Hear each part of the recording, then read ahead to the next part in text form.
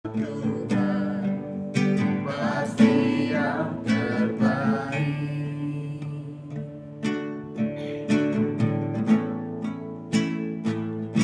Bila kau izinkan sesuatu terjadi,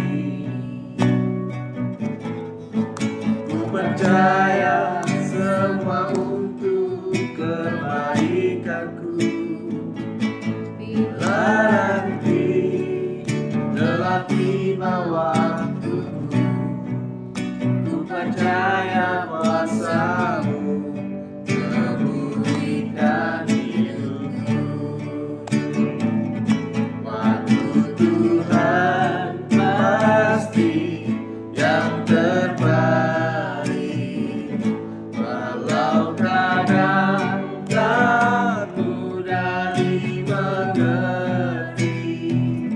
Lewati cobaan, ku tetap percaya waktu Tuhan pasti untuk Tuhan pasti yang terbaik, walau kadang tak mudah dimengerti. Lewati cobaan, ku tetap percaya waktu Tuhan pasti yang terbaik. Lewati cobaan, ku tetap percaya waktu Tuhan pasti yang terbaik. Lewati cobaan, ku tetap percaya waktu Tuhan pasti yang terbaik.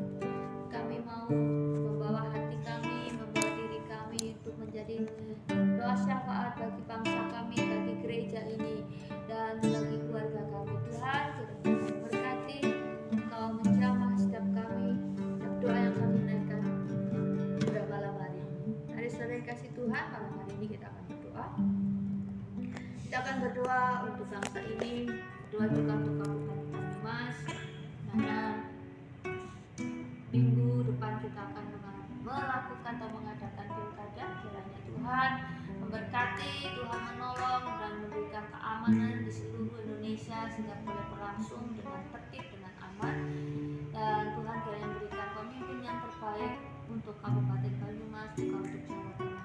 Saya minta untuk Pak Victor berdoa untuk hari ini.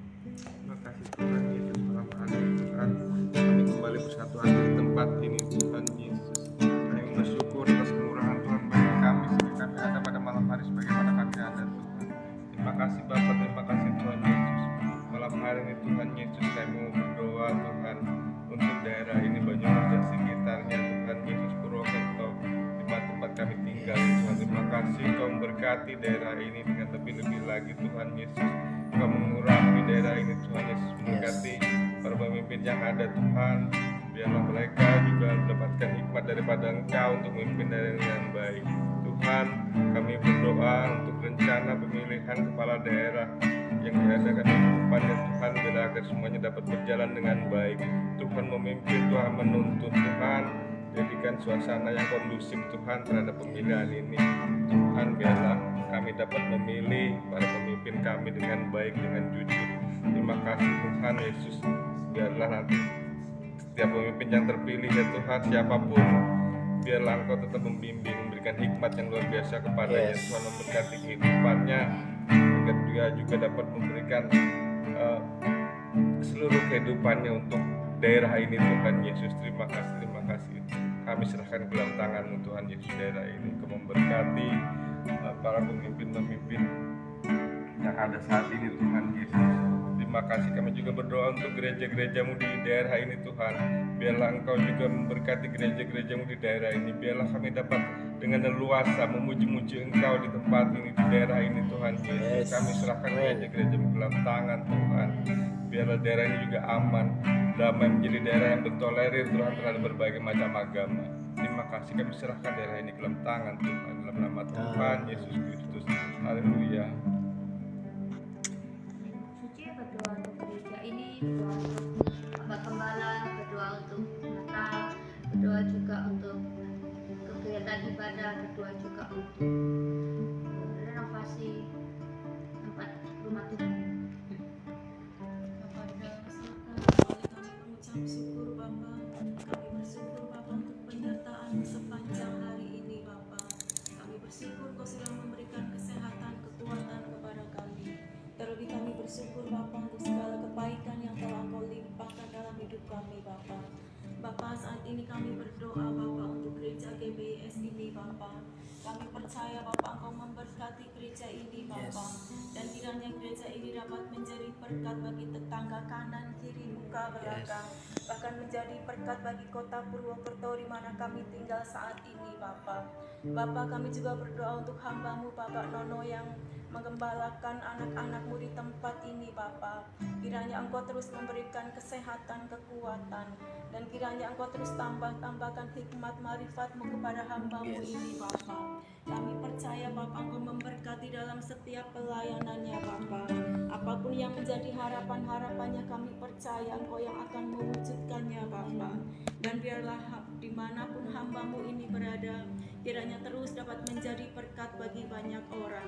Bapa, kami juga berdoa Bapa untuk rencana Natal Desember nanti Bapa. Kami percaya Bapa, kami serahkan ke dalam tangan-Mu Bapa. Segala biaya-biaya yang dibutuhkan Bapa, kami percaya Engkau Allah yang mencukupkan, Engkau Allah yang menyediakan Bapa. Kami percaya Bapa Engkau akan mencukupkan segala yang dibutuhkan Bapa. Dan kiranya Natal nanti Bapa dapat menjadi berkat bagi setiap anak-anak yang datang di tempat ini Bapa. Bapa, kami juga berdoa Bapa untuk anak-anak-Mu di tempat ini Bapa, yang mungkin sedang mengalami sakit penyakit Bapa. Kami percaya Engkau akan menyembuhkan segala sakit Bapa. Biarlah pilur-pilur-Mu menyembuhkan segala sakit penyakitnya Bapa. Kami percaya Bapa Engkaulah penolong dalam kehidupan anak-anakmu di tempat ini Bapa. Bapa, kami juga berdoa Bapa untuk seluruh anak-anakmu di tempat ini Bapa, kiranya Engkau terus memberkati mereka dengan berkat-berkat yang baru dan mujizat-mujizat yang tidak asing terus Engkau nyatakan kepada anak-anakmu yang tetap setia dan percaya kepada Engkau Bapa. Bapa, kami juga berdoa Bapa untuk setiap kegiatan ibadah di tempat ini Bapa, kiranya Engkau terus melawat dalam setiap ibadah-ibadah di tempat ini Bapa. Dari ibadah raya minggu di tempat ini Bapa, ibadah pemuda remaja, ibadah anak sekolah minggu, kami percaya Engkau melawat dalam setiap ibadah-ibadah ini Bapa. Engkau memberkati setiap anak-anakmu yang datang di tempat ini Bapa. Terima kasih Bapa. Bapa, kami juga berdoa Bapa untuk saudara-saudara kami yang sedang menyaksikan doa live streaming ini Bapa, kiranya Engkau melawat mereka satu persatu Bapa.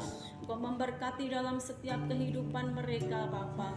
Kami percaya Bapa, biarlah berkat yang double Engkau terus nyatakan kepada saudara-saudara kami yang sedang melakukan, yang sedang menonton ibadah doa ini Bapa.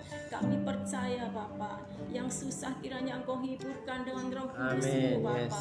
Yang lemah, letih, lesu, kiranya Engkau memberikan kekuatan yang baru dalam hidup mereka Bapa. Kami percaya Bapa, biarlah setiap pergumulan kami pada malam hari ini Bapa, kami percaya Engkau Allah yang selalu mendengarkan kami Bapa. Dan kami percaya Bapa, Engkau akan menjawab setiap pergumulan kami pada malam hari ini Bapa. Kiranya Engkau juga terus memberikan kekuatan kepada kami untuk tetap percaya di dalam pengharapan-Mu Bapa. Karena pengharapan-Mu selalu mendatangkan kepastian dalam hidup kami Bapa. Terima kasih Bapa. Engkau juga terus memberikan kekuatan kepada kami untuk dapat menerima berkat yang melimpah dari Engkau Bapa. Sehingga kami dapat menjadi berkat bagi banyak orang Bapa. Dan biarlah nama-Mu saja yang dipermuliakan Bapa. Terima kasih Bapa, kami percaya Bapa, setiap doa kami pada malam hari ini Bapa, Engkau yang selalu mendengar dan Engkau yang akan mewujudkannya Bapa. Karena kami mintanya di dalam satu nama, Tuhan Yesus Kristus. Haleluya.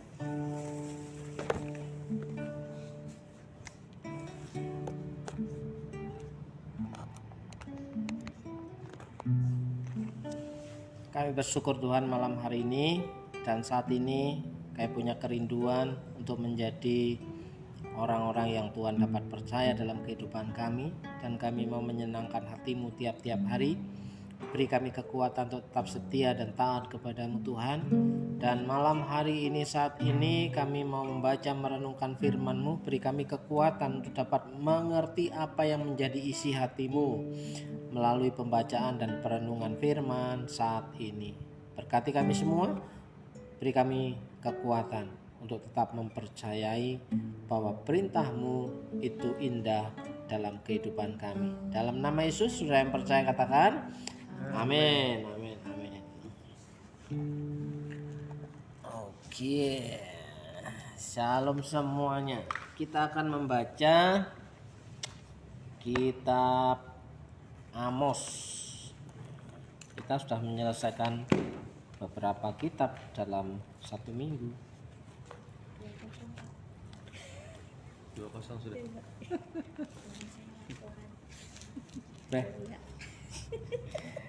Ya, saudara, sambil baca dan renungan firman, sambil ikutin secara bola.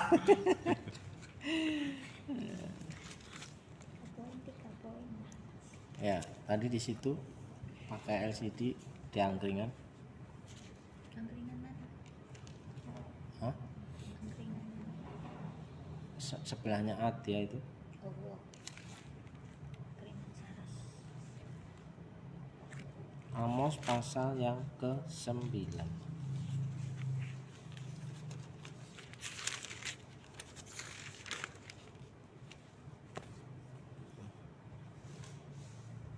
Ketika kita membaca Amos bagian yang terakhir sepertinya enak ya. Langsung pemulihan. Oke. Amos pasal yang ke-9. Penglihatan kelima, Tuhan dekat mezbah. Ya, kulihat Tuhan berdiri dekat mezbah dan ia berfirman, pukullah hulu tiang dengan keras sehingga ambang-ambang bergoncang dan runtuhkanlah itu ke atas kepala semua orang. Dan sisa-sisa mereka akan kubunuh dengan pedang, tidak seorang pun dari mereka akan dapat melarikan diri. Dan tidak seorang pun dari mereka akan dapat meluputkan diri. Sekalipun mereka menembus sampai ke dunia orang mati, tanganku akan mengambil mereka dari sana. Sekalipun mereka naik ke langit, aku akan menurunkan mereka dari sana. Sekalipun mereka bersembunyi di puncak gunung Karmel, aku akan mengusut dan mengambil mereka dari sana. Sekalipun mereka menyembunyikan diri terhadap mataku di dasar laut, aku akan memerintahkan ular untuk memakut mereka di sana. Sekalipun mereka berjalan di depan musuhnya sebagai orang tawanan, aku akan memerintahkan pedang untuk membunuh mereka di sana. Aku akan mengarahkan mataku kepada mereka untuk kecelakaan dan bukan untuk keberuntungan mereka. Tuhan Allah semesta alamlah yang menyentuh bumi sehingga bergoyang dan semua penduduknya berkabung, dan seluruhnya naik seperti sungai Nil dan surut seperti sungai Mesir, yang mendirikan anjungnya di langit dan mendasarkan kubahnya di atas bumi, yang memanggil air laut dan mencurahkannya ke atas permukaan bumi. Tuhan itulah namanya. Bangsa pilihan ditolak Allah. Bukankah kamu seperti orang Ethiopia bagiku, hai orang Israel? Demikianlah firman Tuhan. Bukankah aku telah menuntun Israel keluar dari tanah Mesir, orang Filistin dari Kaftor, dan orang Aram dari Kir? Sesungguhnya mata Tuhan Allah tertuju pada kerajaan yang berdosa ini. Aku akan memunahkannya dari muka bumi, tetapi aku tidak akan memunahkan keturunan Yakub sampai habis. Demikianlah firman Tuhan. Sebab sesungguhnya aku memberi perintah dan aku mengiraikan kaum Israel di antara segala bangsa seperti orang mengiraikan ayak, dan sebiji batu kecil pun tidak akan jatuh ke tanah. Oleh pedang akan mati terbunuh semua orang berdosa di antara umatku, yang mengatakan malapetaka itu tidak akan menyusul dan tidak akan mencapai kami. Janji mengenai keselamatan. Pada hari itu aku akan mendirikan kembali pondok Daud yang telah roboh. Aku akan menutup pecahan dindingnya dan akan mendirikan kembali reruntuhannya. Aku akan membangunnya kembali seperti di zaman dahulu kala, supaya mereka menguasai sisa-sisa bangsa Edom dan segala bangsa yang kusebut milikku. Demikianlah firman Tuhan yang melakukan hal ini. Sesungguhnya waktu akan datang, demikianlah firman Tuhan, bahwa pembajak akan tepat menyusul penuai dan pengirik buah anggur menabur benih. Gunung-gunung akan meniriskan anggur baru dan segala bukit akan kebanjiran. Aku akan memulihkan kembali umatku Israel. Mereka akan membangun kota-kota yang licin, tandas dan mendiaminya. Mereka akan menanami kebun-kebun anggur dan minum anggurnya. Mereka akan membuat kebun-kebun buah-buahan dan makan buahnya. Aku akan menanam mereka di tanah mereka, dan mereka tidak akan dicabut lagi dari tanah yang telah kuberikan kepada mereka.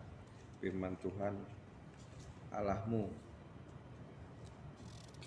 Ya, sampai di situ saudaraku yang dikasih Tuhan.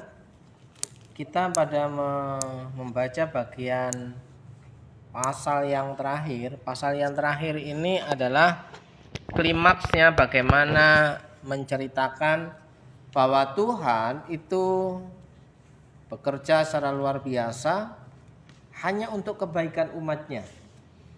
Ya. Berkali-kali ya.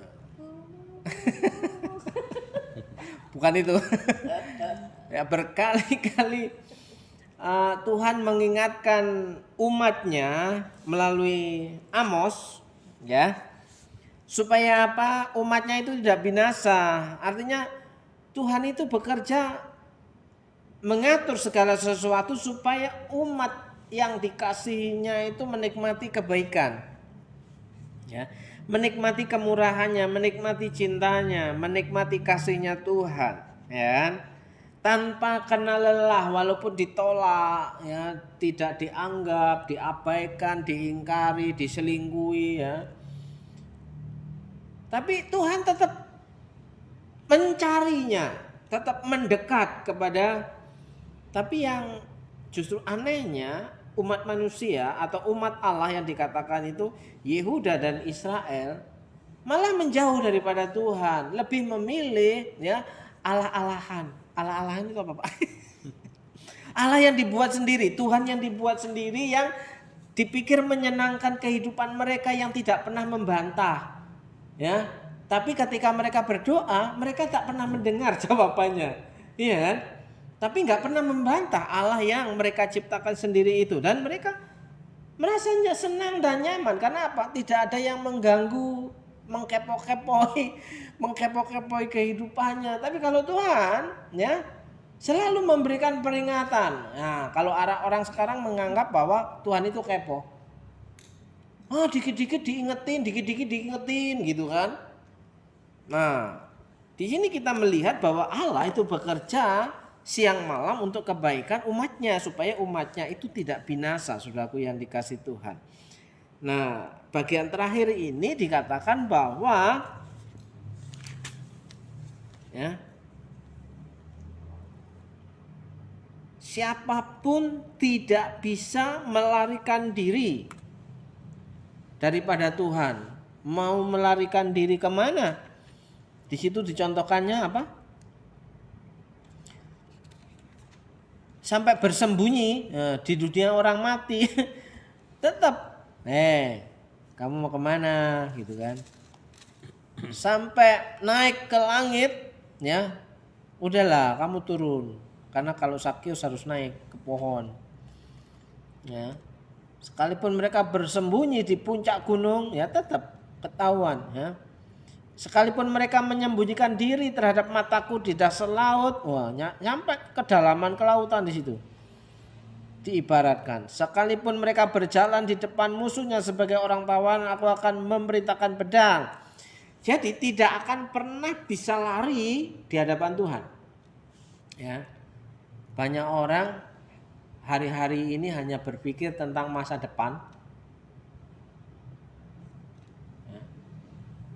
Masa depan di dunia, tapi tidak pernah berpikir bagaimana orang itu memikirkan masa depan setelah kematian. Jadi masa depan itu ada dua, masa depan selama kita hidup di dunia ini dan masa depan setelah kita meninggalkan dunia ini. Tapi kebanyakan orang 99%, itu kebanyakan ya. Kebanyakan atau memang begitu Pak? 90%. Ya, orang itu senang untuk mempersiapkan masa depan kehidupannya di dunia ini, di bumi ini, sementara untuk mempersiapkan masa depannya setelah kematian tidak pernah terpikirkan sejauh itu. Ya kan? Dipikir nanti gitu kan. Padahal kehidupan kita itu tak akan lama di muka bumi ini, di dunia ini. Kenapa? Belum tentu kita sehat terus, belum tentu kita bisa punya umur yang panjang, ya. Kalau ada orang ulang tahun senang, panjang umurnya, sengsara, ya ngapain ya Pak ya? Umur sampai 70, 80 tahun, ya. Senang, sudah umur 60, 65, senang. Tapi ketika hari-hari ini engkau tidak punya pendapatan, umur 65 tahun, gimana rasanya Pak? 65 tahun, wah, panjang umurnya, senang. Tapi tidak punya pendapatan. Umur 65 tahun, ya kan? Bukankah itu suatu penderitaan dalam kehidupan kita? Ya.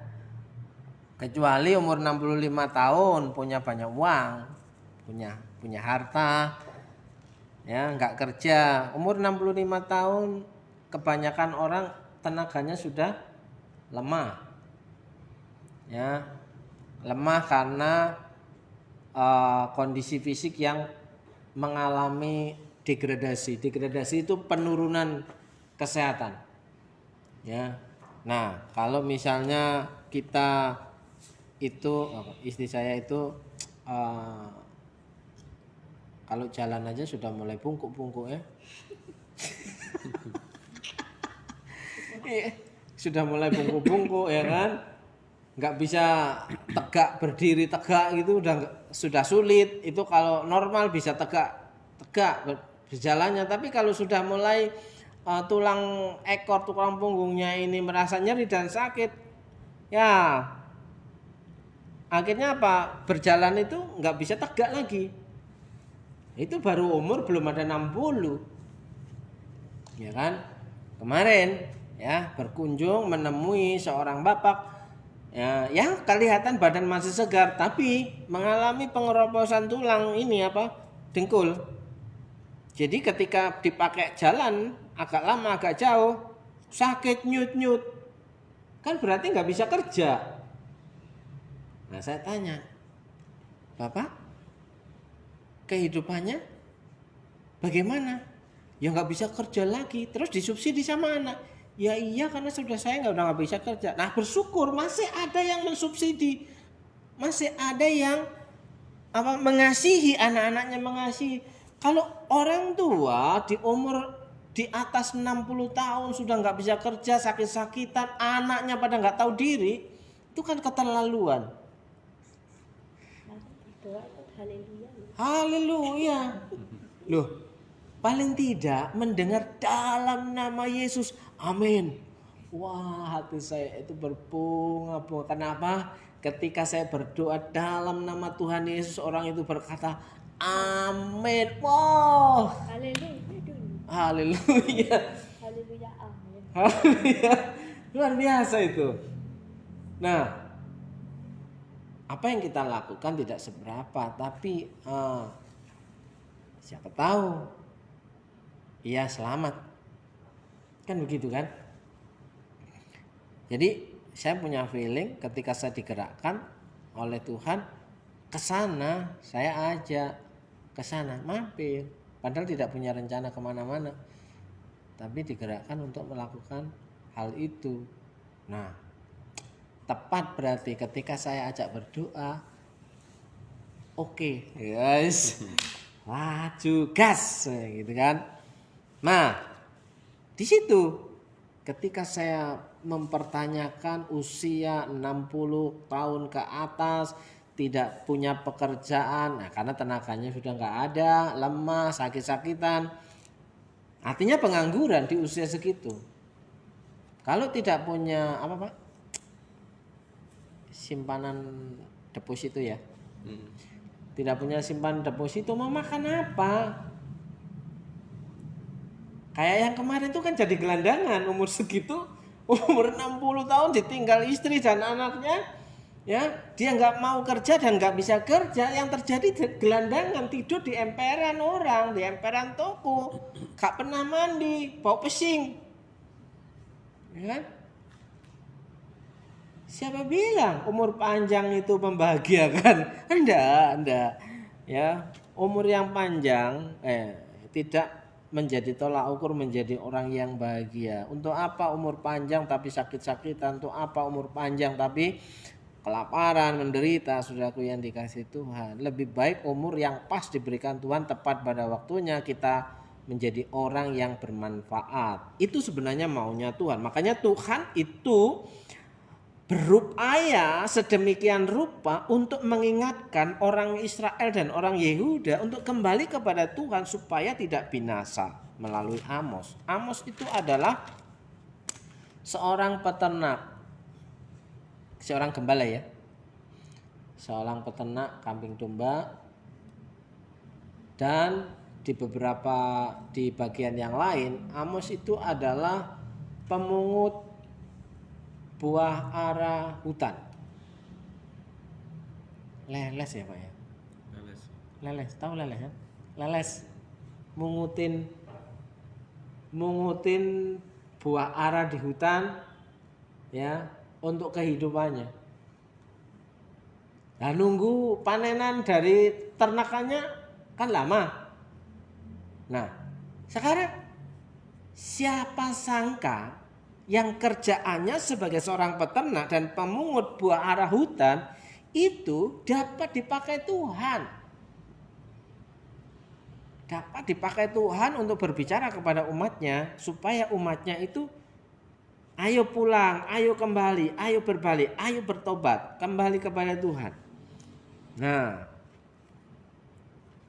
orang Israel yang dikisahkan di kitab Amos ini adalah ya memang orang-orang yang tidak bisa memegang sumpah, tidak bisa memegang janji, seringkali tidak mau setia, seringkali hidupnya semau-maunya sendiri, bahkan dikatakan di situ angkuh, sombong, ya kan?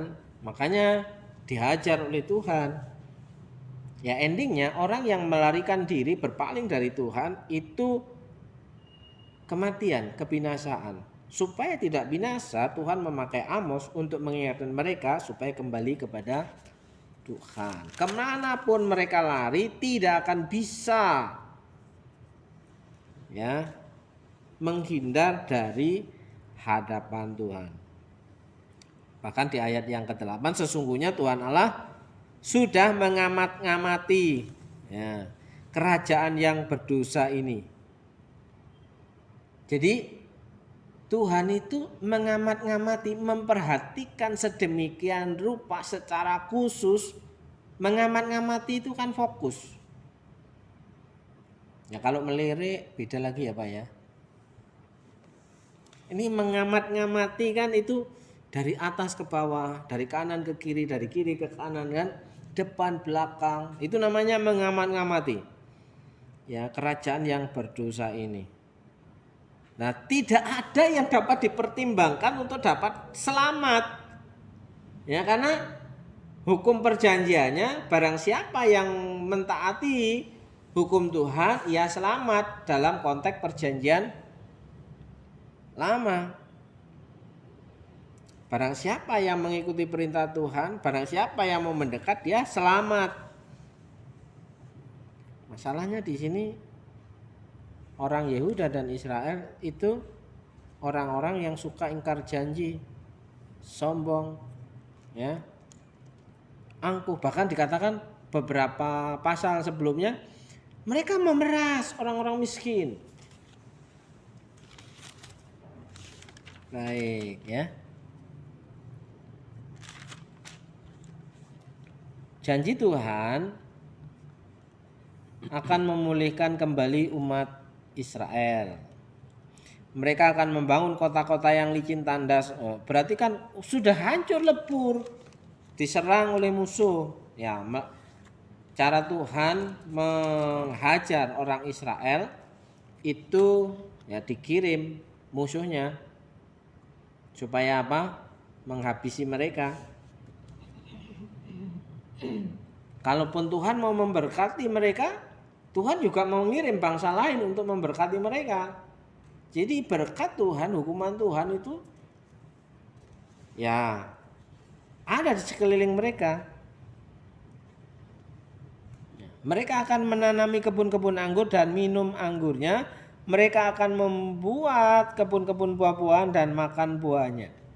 Jadi apa yang mereka tanam, mereka akan menikmati hasilnya. Maka aku akan menanam mereka di tanah mereka, dan mereka tidak akan dicabut lagi dari tanah yang telah kuberikan kepada mereka. Ini janji Tuhan kepada satu keturunan. Sampai datangnya Mesias, sampai datangnya Natal. Ya.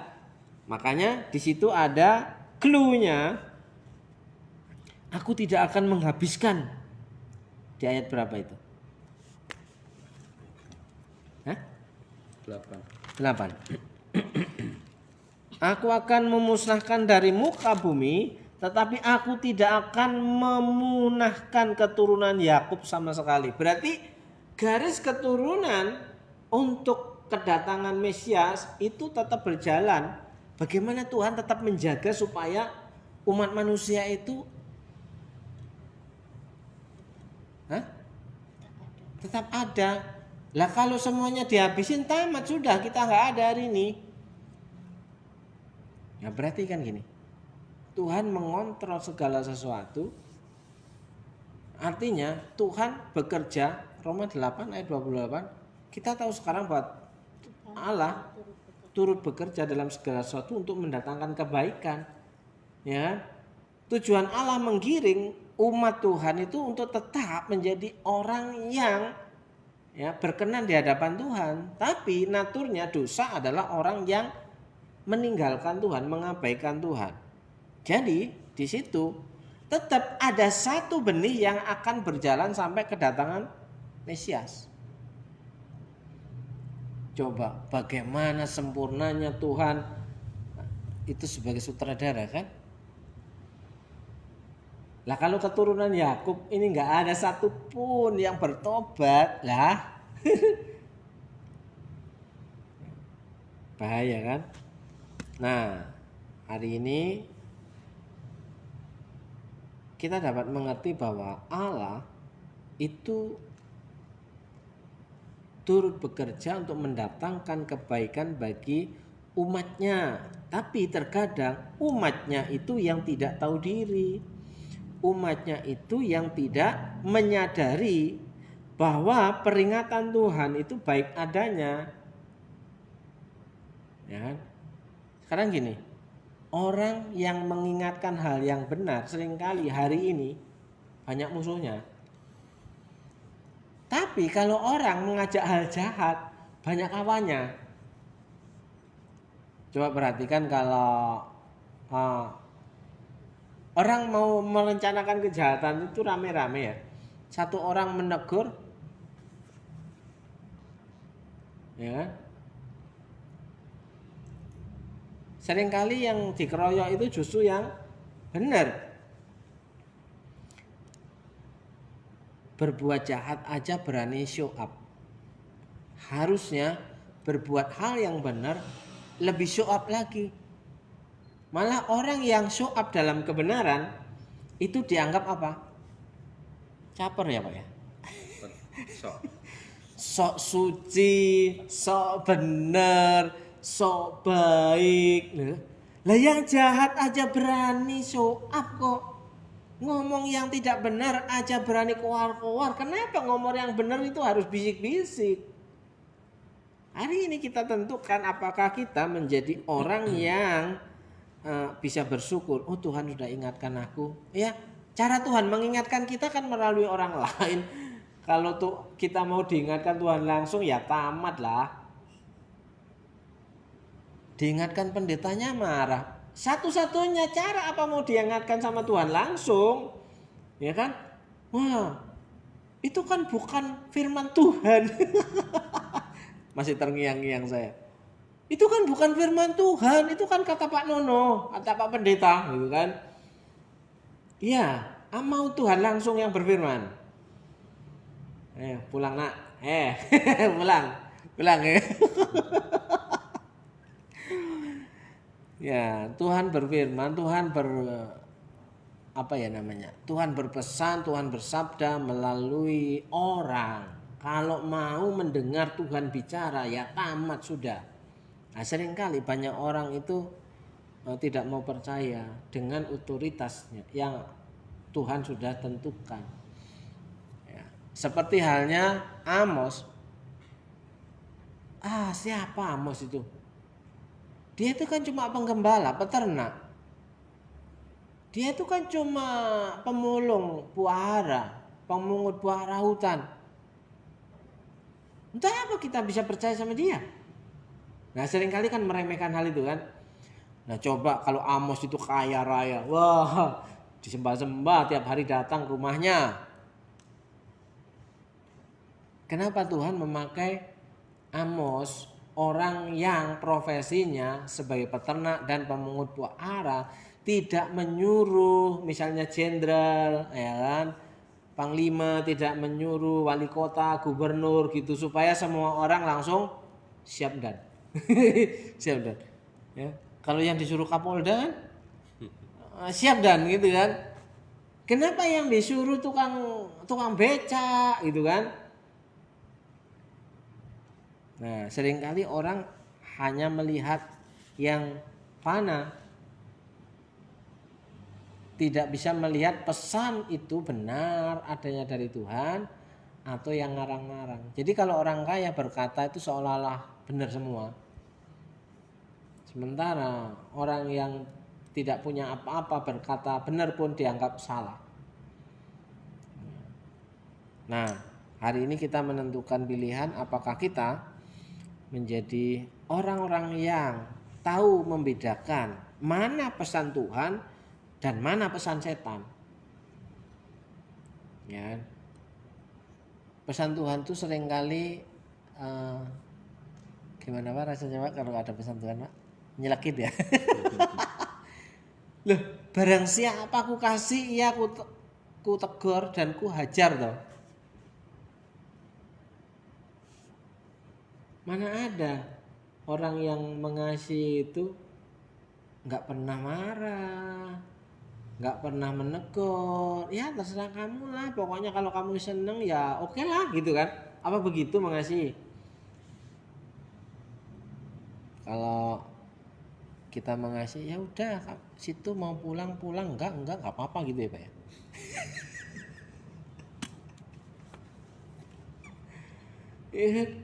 Masih pacaran aja kalau mengasihi saudaraku selalu ada di mana sama siapa itu kan masih pacaran.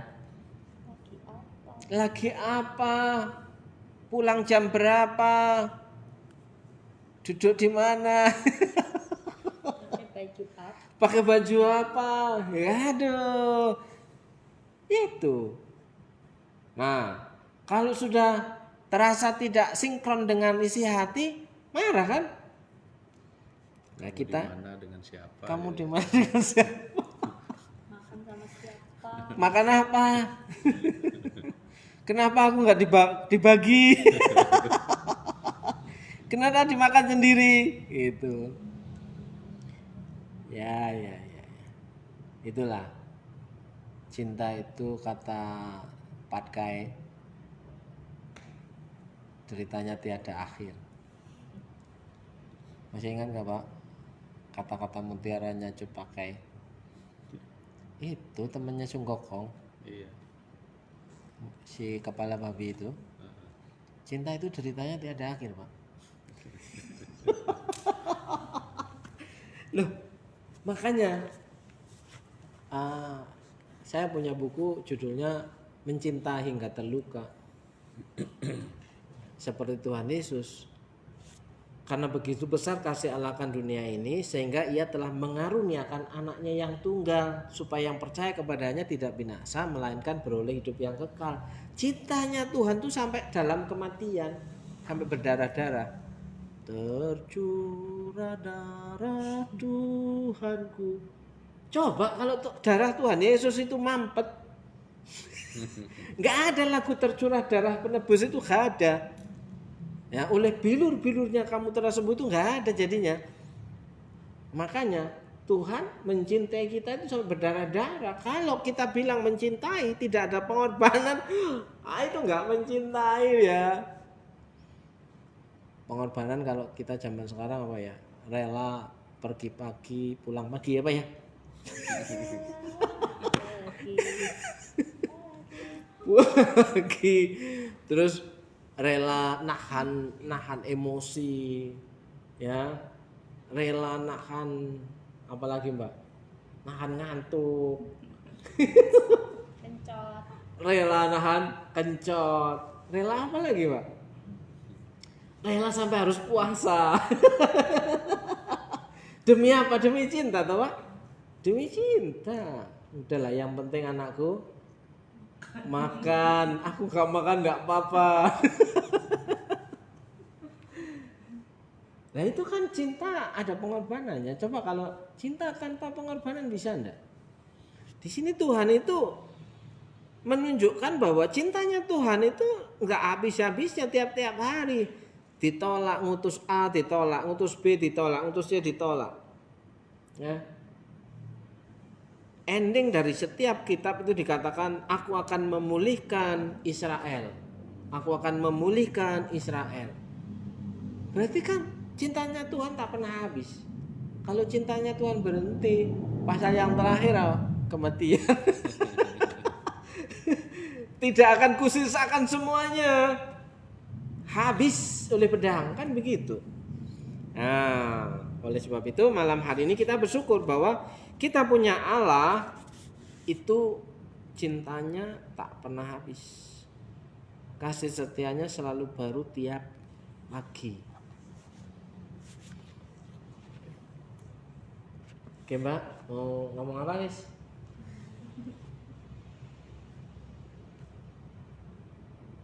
Durasi loh Pak. Pas. Hah? Pas ya, Mbak. Ya, ungkapkan rasa cintanya Pak. Pas.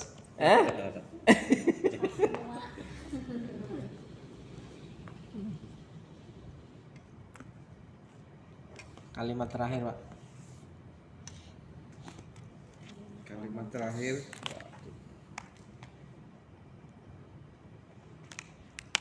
kalau kita baca dari firman ini ya, kita melihat betapa murkanya Tuhan kepada bangsa Israel, bangsa orang-orang yang berdosa, boleh dikatakan seperti itu. Tetapi Tuhan juga memperhitungkan orang-orang benar di dalamnya. Jadi di antara orang berdosa ada orang yang masih bertahan di dalam kebenaran, yang masih percaya akan Tuhan, masih menuruti perintah Tuhan. Tuhan tetap memperhitungkan dan tidak memusnahkan. Tuhan menampi lah istilahnya. Walaupun kita berada di antara orang-orang berdosa, tapi kita masih terlihat, kita masih dihargai Tuhan. Berarti paralelnya satu orang yang masih tetap dalam kebenaran, percaya kepada Tuhan, satu orang bertobat bisa menyelamatkan banyak orang, itu masih berlaku kan? Masih berlaku. Makanya kalau kalau sampai belas kan sing bener habis gue. Satu keluarga belas kan sing bener, aduh wis lah. Untung ada satu benih ya, masih bisa tumbuh. Baik, satu orang benar diperhitungkan Tuhan dan dapat menyelamatkan bangsa Israel, saudaraku. Kita bersyukur hari ini kita masih dapat diperhitungkan Tuhan menjadi orang-orang yang dianggap masih layak ya melayani Tuhan. Ya, alangkah sia-sianya kita hidup ini jika apa yang kita lakukan sudah tidak dianggap oleh Tuhan. Ya, maka kita bersyukur Tuhan masih memakai hidup kita dan Tuhan masih memelihara hidup kita sampai hari ini. Dan saudara juga harus bersyukur saudara masih sehat, ya, masih bisa makan tanpa pantangan. Orang-orang sudah makan banyak pantangan, ya kan? Pak Ifak sudah gak pantangan kan? Makan aja pokoknya. Makan aja. Makan aja. Ya, bersyukur kan? Itu bersyukur, masih bersyukur ya. Saya juga bersyukur masih bisa makan. Yang penting ada pete, kan? Oke, puji Tuhan, saya akan berdoa untuk saudaraku semua. Kita semua berdoa untuk kebaikan kita, supaya kita tetap dapat dipakai Tuhan. Ya, shalom untuk Cece Andan Sari, ya Ibu Puji Astuti, terus siapa lagi nih, Mama Malang. Kami bersyukur Tuhan malam hari ini Tuhan sudah beri kami kekuatan, beri kesehatan, beri sukacita dan penghiburan dan pemeliharaan Tuhan cukup bagi kehidupan kami. Dan kami tahu hari besok Tuhan sudah sediakan berkat yang baru. Dan kami sangat terkagum-kagum akan kuasa-Mu, mukjizat-Mu yang nyata dalam kehidupan kami tiap-tiap hari. Tiada pernah terukur apa yang Tuhan sudah lakukan dalam kehidupan kami. Sungguh sangat-sangat baik. Berdoa untuk saudara-saudara yang sudah bergabung menerima kebenaran firman Tuhan ini, berkati hidup mereka.